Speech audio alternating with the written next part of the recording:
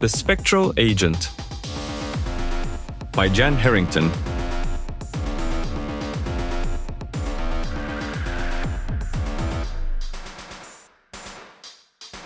Chapter 1. The harsh glow of the city lights stung my eyes as we walked down the sidewalk. A misty rain fell upon us, casting halos around each street lamp. It wasn't that cold for late winter in New York, but water beaded on my long jacket, sliding down to chill my bare hands. We walked in amiable silence most of the way home. I'm sure she was giving me space to think. As we reached our apartment building, Olivia finally spoke. Dinner was great, Victor. Thanks. I really needed it. Was it? I was a little distracted. No, but I was trying to be nice. Funny. Oh, don't be such a tough guy. I know you're getting ready for your detective exam, Mr. Defender of Justice. The thing is, she seemed distracted tonight too. While I avoided looking at the bright streetlights, she kept looking up at the tops of lampposts, at the bare limbs of trees planted in the sidewalk. She wasn't on edge though. This seemed like a new nervous tic. I didn't ask her about it. Instead, I replied, "Hardly. I don't even know why I'm going through with it. The more I work, the less I feel like I'm doing any good." I mean, it seems like the next logical step. Now you're the one that sounds like a detective. Funny. Hey, did you see that guy checking you out at the bar? I'd be a really bad detective if I didn't. Cute, but not my type. Oh, really?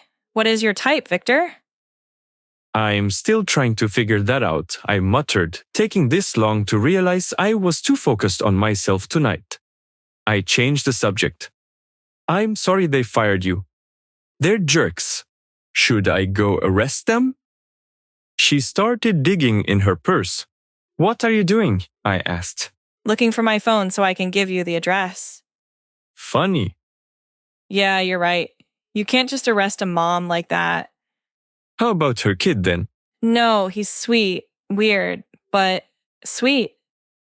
We climbed the steps. I entered my door code and we entered the building. My wet boots squeaked and her heels clicked and clacked on the tile. The long hallway had a few doors, hers on the end, mine beside it. I subleased my place from a woman that had a soft spot for young police officers. Her husband was once chief, though he passed away a while ago and she moved to a farm upstate. I was grateful she believed in me. There's no other way I would be able to afford a first-floor apartment with a cop's salary. I was even more grateful Olivia was my neighbor. I didn't have many friends in the city. None, really, other than work colleagues. But she has been my neighbor since I joined the force 5 years ago. She worked as a nanny for people with a lot of money, but not a lot of time for their kids, which made it easier to afford her first-floor apartment. Just as we were about to go into our separate apartments, Olivia spoke again. Hey, Vic, can I ask you something? Sure, I said, having no idea what to expect with an opening like that. I know you've struggled with, what was it like when you hallucinated? I stalled. I wasn't quite sure how to explain it to her. I haven't had one since I was a teen and I was cleared by a psychiatrist before joining the force. Did she think it would affect my exam? I gave her a neutral answer. At the time, it seemed real. Looking back, it's obvious they weren't. Why do you ask? You okay? Oh yeah, I'm fine. She paused a bit, then opened her door. Good night, Victor. "Good night," I said to the empty hallway, then entered my empty apartment. I listened to the lazy sounds of the rain pattering against the window. I sat on the couch. It was late, past midnight, and I should have been asleep. Instead, I was absently flipping through the pages of a criminal psychology textbook.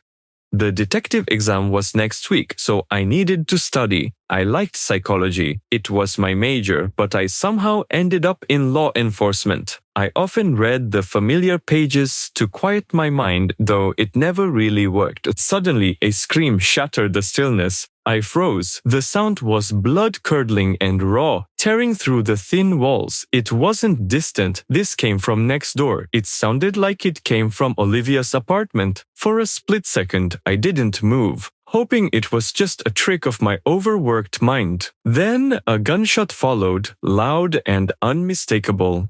I was on my feet in an instant, shoving my feet in my boots without bothering to tie them. My jacket was still slung over a chair. Was my gun there? No, it was locked away by my bed. No time. I darted into the hall, my pulse thundering in my ears as I reached the door. Olivia, it's Viktor. I pounded on the wood, my voice echoing in the otherwise silent corridor. There was no response. I had already tried turning the handle, but it was locked. My hand tightened into a fist, pounding harder. Olivia! Instinct kicked in. I stepped back and kicked beside the cheap knob. It opened with a sharp crack. I stumbled inside and was hit with the scent of gunpowder. The second thing I noticed was the coppery tang of blood. Olivia, I called again, softer this time. The word felt heavy in my throat. The living room was dim, lit only by the flickering of a muted television. My eyes adjusted slowly, picking out shapes in the darkness. I didn't notice anything odd, yet. I stepped into the bedroom. That's when I saw her. She was lying on the bed, dark hair fanned out around her face, blood seeping from her temple. It pooled black in the dim light, soaking the mattress. I crouched next to her. Her eyes were closed, face waxen, peaceful, like a doll, waiting for her eyes to be painted on. A handgun lay just out of her hand's reach, accompanied by a folded piece of paper. I wanted to say something, to speak, but nothing came out. I already knew the worst had come, but I still needed to check her pulse. I reached out hesitantly, my fingers brushing against her neck. In that exact moment of contact, her eyes opened, wide and expressive. Her irises were red, a deep, vivid red. They stared through me with an unnatural intensity I couldn't unsee. They went over there. I heard Olivia's voice, but did not see her mouth open. It was barely audible, entirely strained. Her eyes darted to the corner of the room and then closed just as soon as they opened. I knew better than to believe in tricks of the mind, but something in her voice, the way she looked, struck a chord within me that I couldn't ignore. I turned to face where she had looked. A thin trail of blood stretched across the floor, leading toward the window. Was it there when I came in? Before I could pull my hand away from her neck, a shock ran through me, chilling my heart and bursting behind my eyes. I grabbed my temples, clenched my teeth as I fought to silence a buzzing tuning fork stuck in my skull. My breath hitched as I rose to my feet. I stumbled to the open window and looked out. Outside, faint footprints marred the damp pavement as though someone had fled in a hurry. I blinked, and when my eyes opened again, the footprints were gone. The rain must have washed them away. I glanced back at Olivia, her body in quiet repose. My training kicked in just then. I needed to call the department. I reached for my pocket but soon realized I must have left my phone behind. I scanned the room to see if there was any device I could call on. I spotted Olivia's cell phone. It was locked, but I could still call 911. "This is Officer Viktor Levitsky," I said when the operator answered. "I'm off duty, but someone's been shot. Send CSI and a coroner immediately." The operator asked for the address. I gave it, and we wrapped up the call. While I waited for the forensics team, I looked around the apartment for clues. Like mine, it was tiny, 1 bedroom, 1 bath, so there wasn't much to see. The window was open, but that's not out of the ordinary. She liked the cold.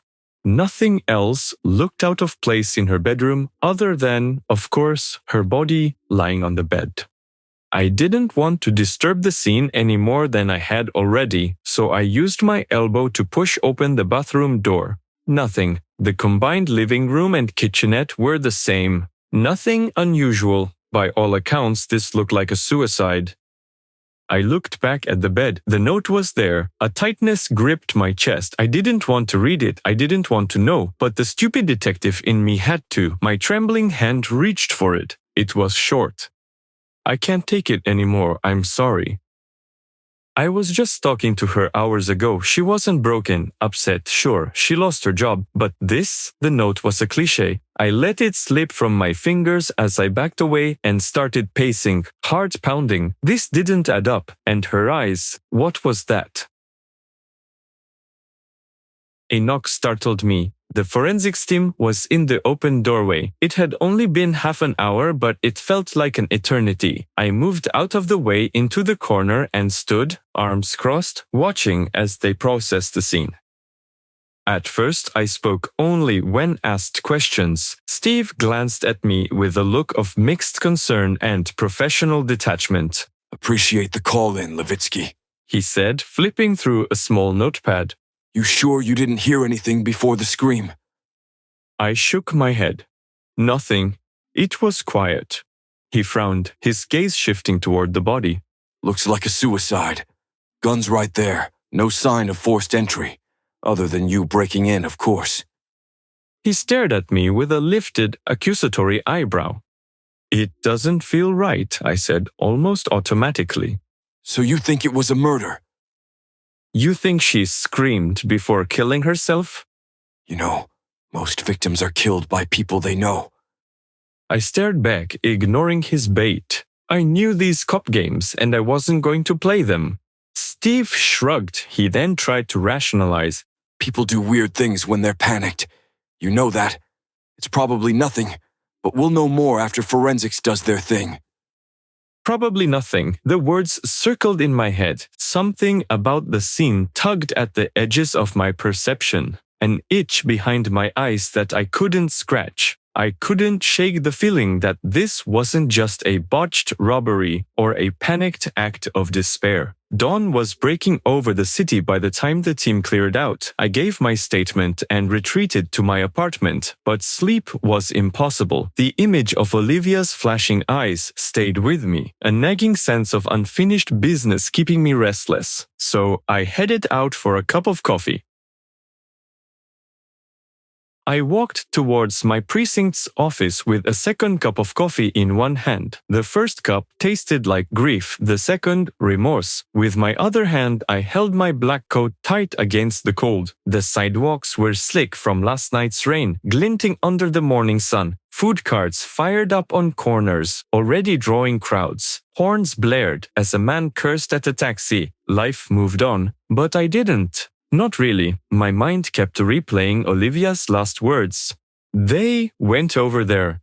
Who was she talking about? Did she really speak at all? By late morning, I sat in the chief's office, the events of the night still playing on a loop. The chief had tired eyes and a gruff demeanor. He listened as I recounted what happened. I couldn't lie to him about what I had seen last night, so I explained every detail, including the red flashing eyes, whispering, and footprints. When I finished, he leaned back in his chair. Levitsky, you've been through a lot. Maybe you're seeing things that aren't there. I know what I saw, I said, voice stronger than I had anticipated. The footprints and the voice. I stopped myself. I knew all too well how one can spiral into the realm of delusion if left unchecked. But nothing can change what I saw, what I felt, an unshakable feeling that an innocent life was taken by someone else. The chief sighed, rubbing his temples. Look, Victor, you're one of my best officers, but with the detective exam coming up, you've been running yourself into the ground. It's starting to show. I don't need time off, I said, already predicting what he had to say. You're too close to this one, Levitsky. This isn't a suggestion. It's an order. Take 4 weeks, medical leave, effective immediately. I reluctantly nodded. Understood. But please, just don't let this get buried as a suicide. He tipped his head back, though his expression told me he wasn't convinced.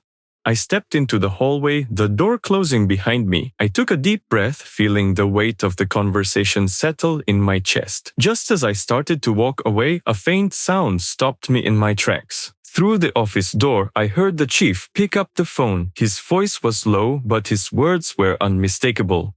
It's done. I stared at the door for a long moment, unease creeping up my spine. I didn't dare open it. What's done? After a minute, I turned, left the building, and walked home. By the time I reached my apartment, exhaustion had taken hold of me. I collapsed onto the couch, staring blankly at the cracks in the ceiling. I got the feeling I was being sidelined. What was the next logical step now, Olivia? Right then, the buzzing from last night returned to my head. I sat up, squeezing my temples between my palms. Just as quickly as it came, it faded away. I fell back into the couch. I had my answer. I wasn't going to let someone get away with murdering Olivia. It seemed I had only 4 weeks to solve the case on my own. I'd been through a lot in my short career, but this case felt different.